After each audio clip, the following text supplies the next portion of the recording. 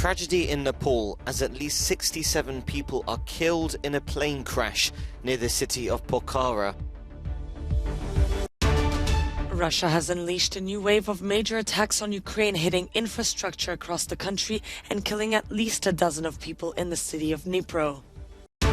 U.S. President Joe Biden's lawyers found 5 more pages of classified documents at his personal residence on the same day a special counsel was appointed to investigate the matter. At least 67 people have died after a 72-seat passenger aircraft crashed in Nepal. Video showed plumes of smoke billowing from the crash site as rescue workers and crowds of people gathered around the wreckage of the aircraft.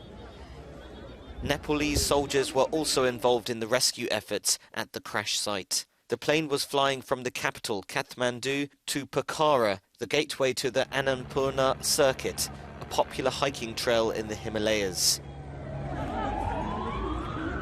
It was not immediately clear what caused the plane to crash. In total, it was carrying 68 passengers and 4 crew members, according to the Kathmandu Post. Nepal is home to 8 of the world's 14 highest mountains, including Mount Everest, and has a history of air crashes.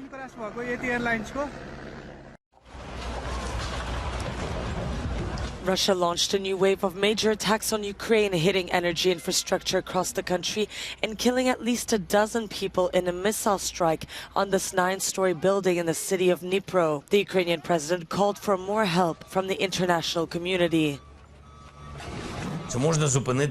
Is it possible to stop the Russian terror? Yes, it is, said Volodymyr Zelensky, the president of Ukraine, calling the international community to send more weapons to Ukraine.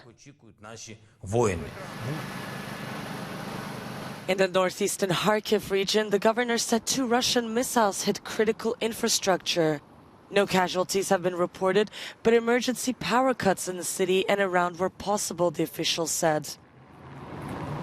Much of Ukraine is now under an emergency blackout after missiles hit power infrastructure in several cities.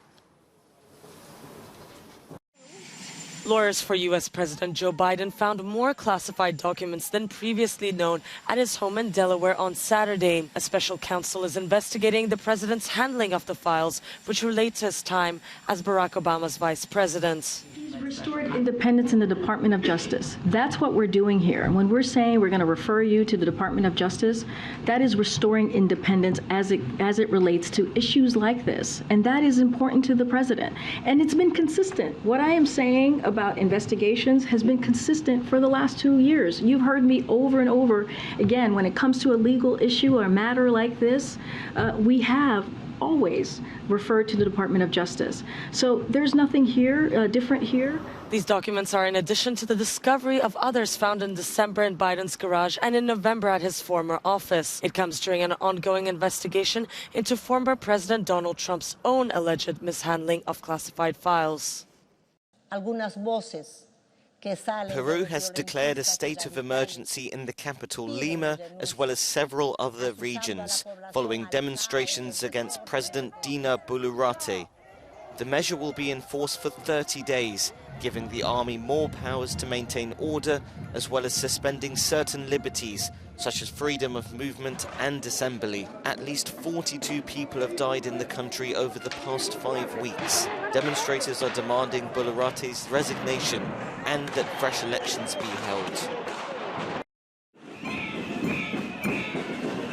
Tens of thousands of Portuguese teachers and school staff marched onto the streets of the capital, Lisbon, to demand higher wages and better working conditions.